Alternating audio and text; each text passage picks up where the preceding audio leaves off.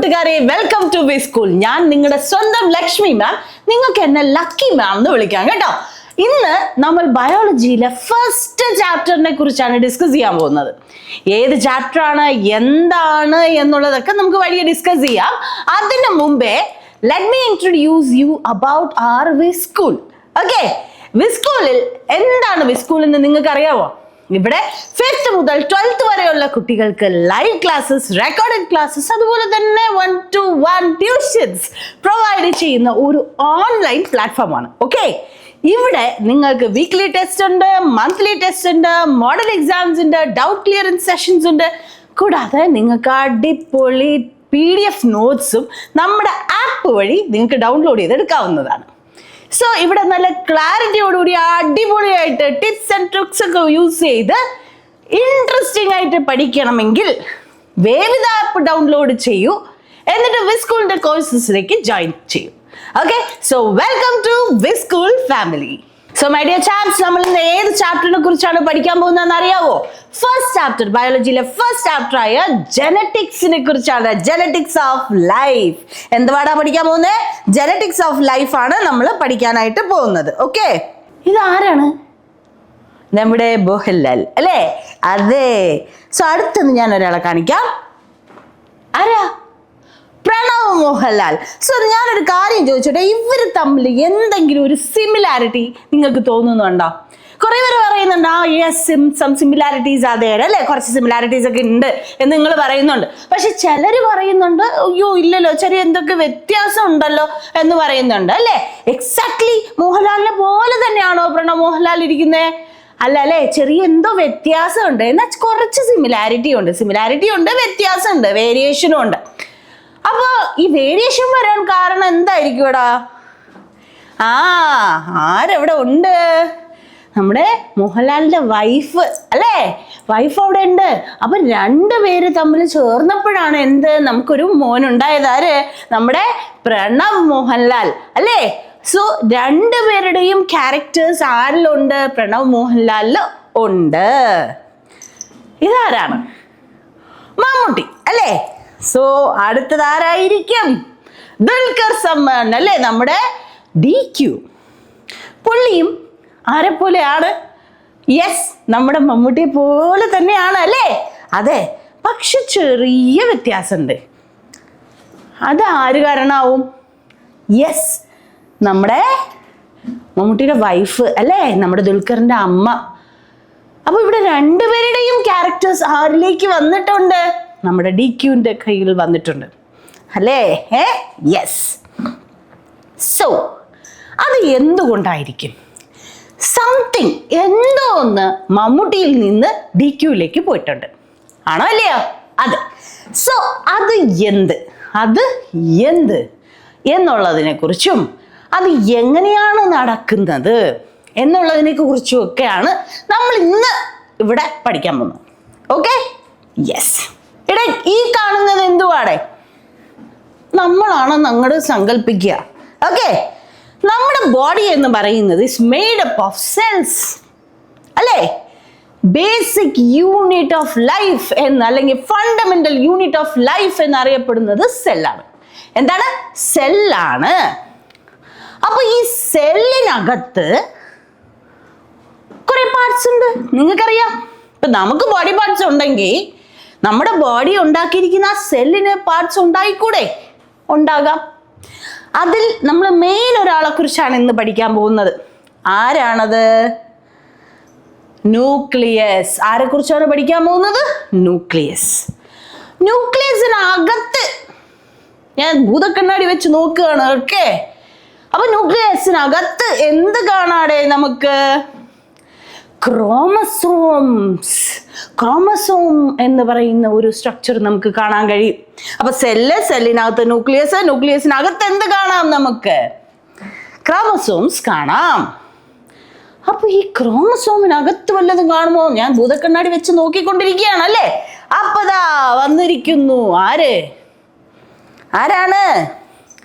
DNA കൊണ്ടാണ് എന്തുണ്ടാക്കിയിരിക്കുന്നത്? നമ്മുടെ chromosomes ഉണ്ടാക്കിയിരിക്കുന്നത്. അപ്പൊ ഈ DNA ഞാൻ വീണ്ടും നോക്കിയപ്പോ എന്ത് പറ്റി? അതിനകത്ത് ചെറിയ സെഗ്മെന്റ്, DNA ചെറിയ സെഗ്മെന്റിനെ എന്തെന്ന് പറയുന്നു? ജീൻ എന്ന് പറയുന്നു. എന്തെന്ന് പറയുന്നു? ജീൻ എന്ന് പറയുന്നു. ഈ ജീൻ ഉണ്ടാക്കിയിരിക്കുന്നത് ന്യൂക്ലിയോടൈഡ്സ് കൊണ്ടാണ്. എന്തുകൊണ്ടാണ് ഉണ്ടാക്കിയിരിക്കുന്നത്? ന്യൂക്ലിയോടൈഡ്സ്. അപ്പടാ തിരിച്ചു പറ. ന്യൂക്ലിയോടൈഡ്സ് കൊണ്ട് എന്തുണ്ടാക്കിയിരിക്കുന്നു? ജീൻസ് ഉണ്ടാക്കിയിരിക്കുന്നു.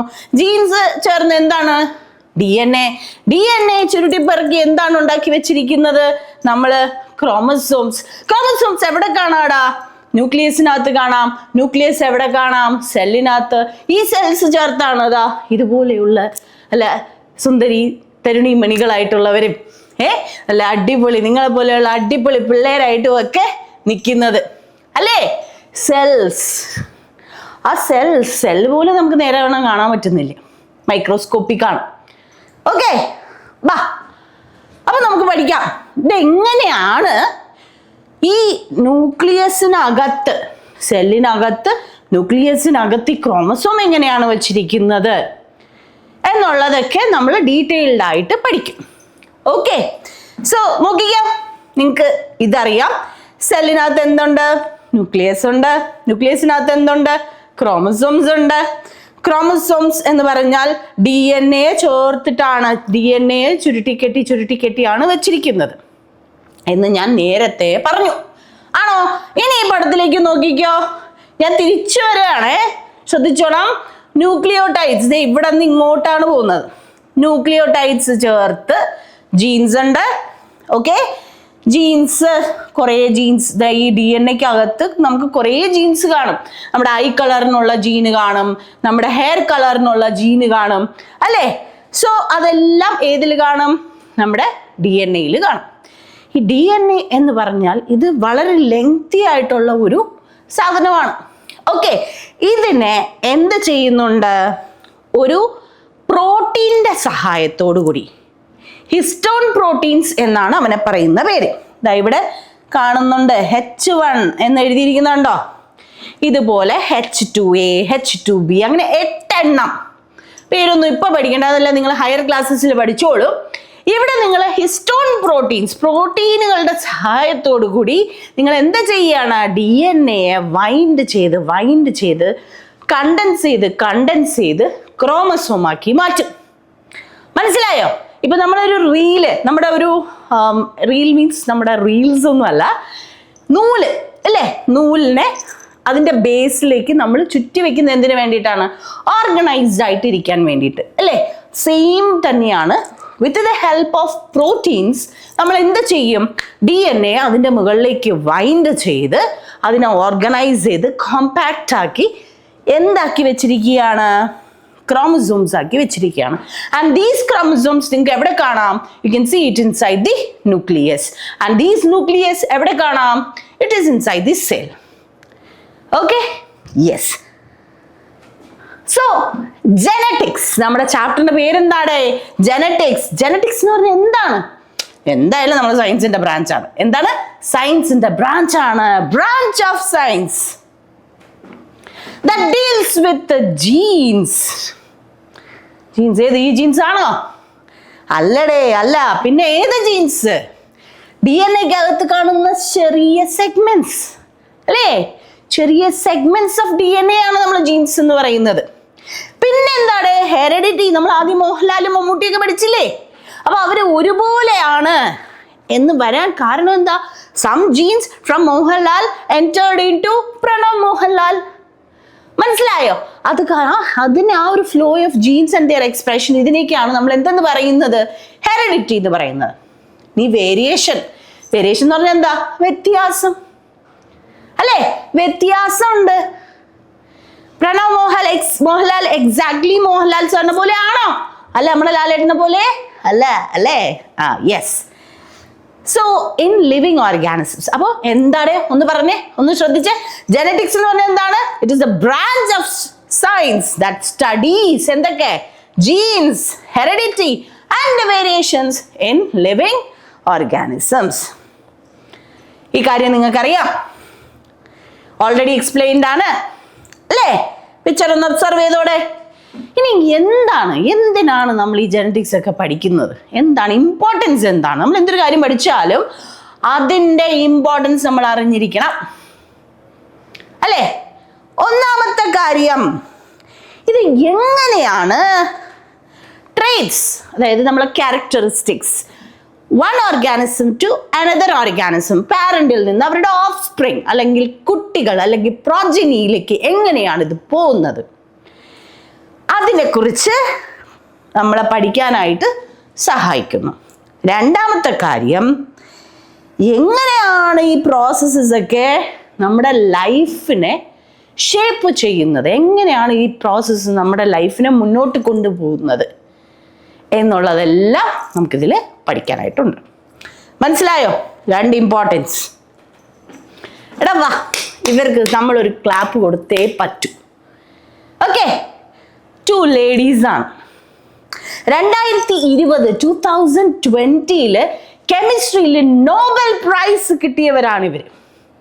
കെമിസ്ട്രിയിലെ Nobel prize. എന്തിനാടെ? ഒരു സംഭവം അവർ കണ്ടുപിടിച്ചിട്ടുണ്ട് കേട്ടോ. നമുക്ക് ഈ കണ്ണി പോലും കാണാൻ പറ്റാത്ത സാധനം എഡിറ്റ് ചെയ്തിടെ അവര്. എന്ത് ചെയ്തു? എഡിറ്റ് ചെയ്തു, ജീൻ എഡിറ്റിംഗ് ചെയ്തു. എന്ത് ചെയ്തു?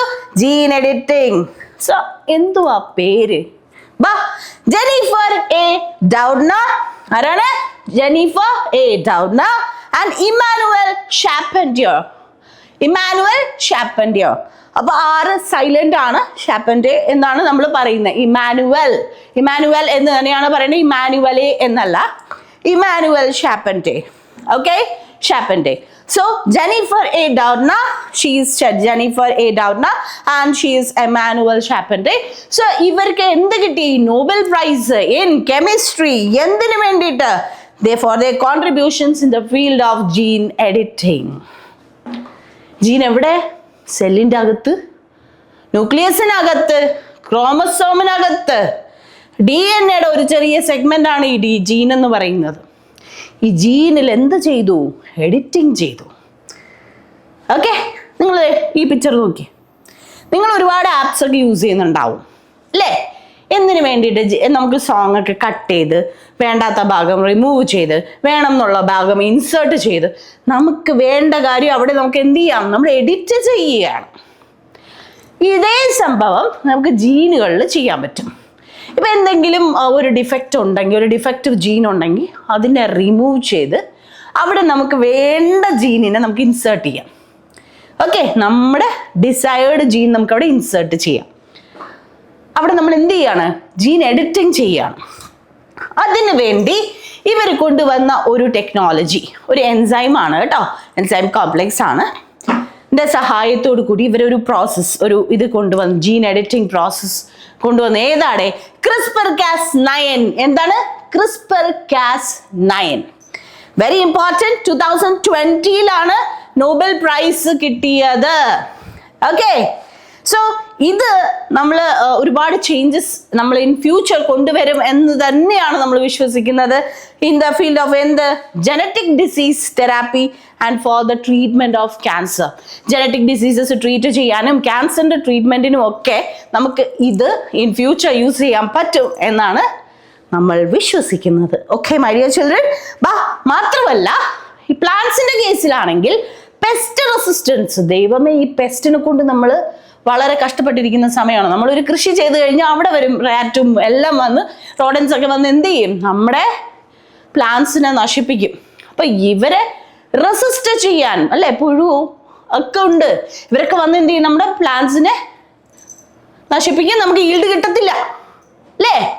സോ അത് കുറയ്ക്കാനായിട്ടൊക്കെ resistant to pest and diseases, നമുക്ക് നല്ല ക്രോപ്സ്, ജനറ്റിക്കലി മോഡിഫൈഡ് ക്രോപ്സ് ഒക്കെ നമുക്ക് എന്ത് ചെയ്യാം? ഡെവലപ്പ് ചെയ്ത് എടുക്കാം. അപ്പൊ നമ്മുടെ കുട്ടി, നമുക്ക് ചിന്നുകുട്ടി എന്ന് പേരിടാം അല്ലേ? പേരൊന്നും ഇവിടെ തൽക്കാലം ഇട്ടിട്ടില്ല, നിങ്ങൾക്ക് ഇഷ്ടമുള്ള പേരൊക്കെ ഇട്ടോ. ഞാൻ ചിന്നുകുട്ടി എന്ന് വിളിക്കുകയാണ്. അപ്പൊ നമ്മുടെ ചിന്നുകുട്ടി എന്ത് ചെയ്തിരിക്കുകയാണ്? ആ കുട്ടിക്കൊരു ഡൗട്ട് ഉണ്ട്. ജീൻസിനെ നമുക്ക് കാണാൻ കഴിയില്ല, പിന്നെ എങ്ങനെ ഇത് എഡിറ്റ് ചെയ്യാൻ പറ്റും? ജീൻ എഡിറ്റിംഗ് 2 ലേഡീസ് 2020 ചെയ്തു എന്നൊക്കെ പറയുന്നുണ്ട്. പക്ഷെ ഇതെങ്ങനെ ചെയ്യൂടെ എന്നുള്ളതാണ് നമ്മുടെ ചിന്നുകുട്ടിയുടെ ഡൗട്ട്. പറ്റും, ചെയ്യാൻ പറ്റും. എങ്ങനെ? DNA സ്ട്രക്ചർ, നമ്മുടെ ജനറ്റിക് മെറ്റീരിയലിന്റെ സ്ട്രക്ചറും അവരുടെ ഫീച്ചേഴ്സും നന്നായിട്ട് അറിയാമെങ്കിൽ, അതിനെക്കുറിച്ച് നന്നായിട്ട് അറിയാമെങ്കിൽ നമുക്ക് ജീൻ എഡിറ്റിംഗ് ചെയ്യാൻ കഴിയും. മനസ്സിലായോ? ഡീപ്പർ അണ്ടർസ്റ്റാൻഡിങ്, നമുക്ക് DNA കുറിച്ചും അതിലുള്ള ജീൻസിനെ കുറിച്ചും ഒക്കെ നല്ല അണ്ടർസ്റ്റാൻഡിങ്, നല്ല അറിവുണ്ട് എങ്കിൽ നമുക്ക് എന്ത് ചെയ്യാം? ജീൻ എഡിറ്റിംഗ് ചെയ്യാം.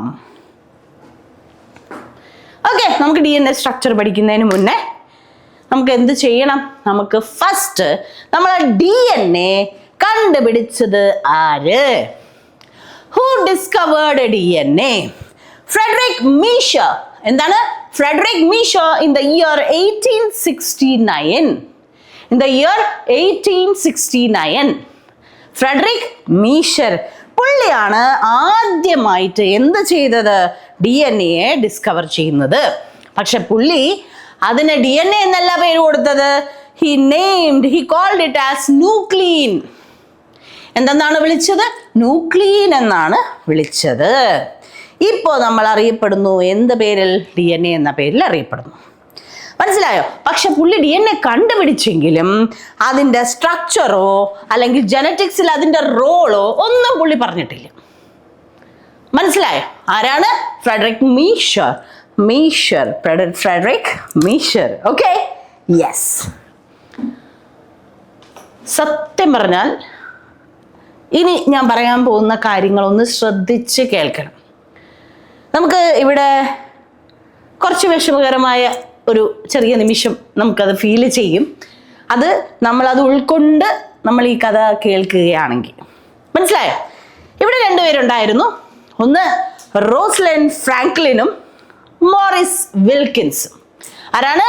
Roslin Franklin and Maurice Wilkins. ഇവർ എക്സ്റേ ഡിഫ്രാക്ഷൻ, എക്സ്റേ അറിയാമല്ലോ അല്ലേ? എക്സ്റേ റേഡിയേഷൻ നിങ്ങൾക്കറിയാം.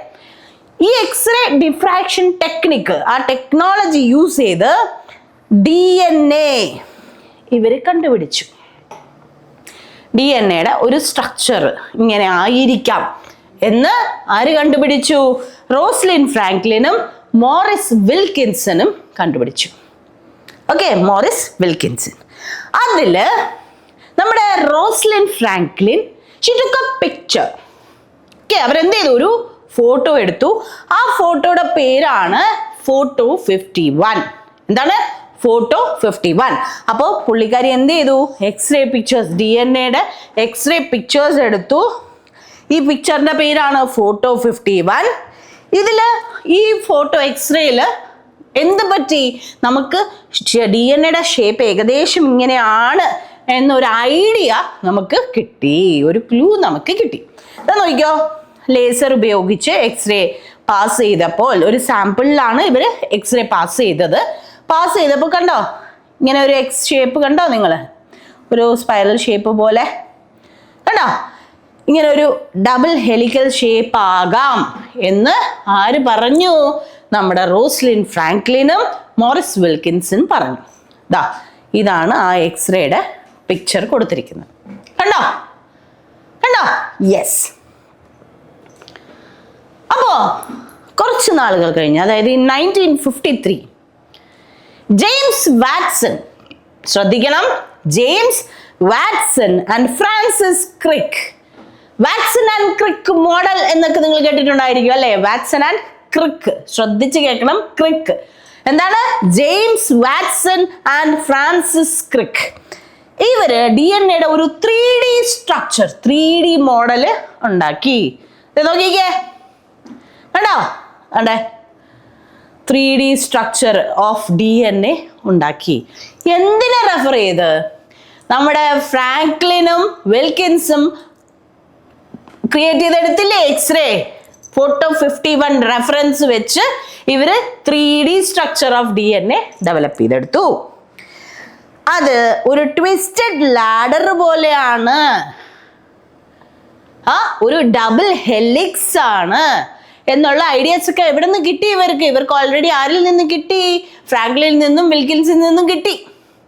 ഈ ഫോട്ടോ 51 റെഫറൻസ് വെച്ചിട്ടാണ് ഇവർ എന്ത് ചെയ്തത്?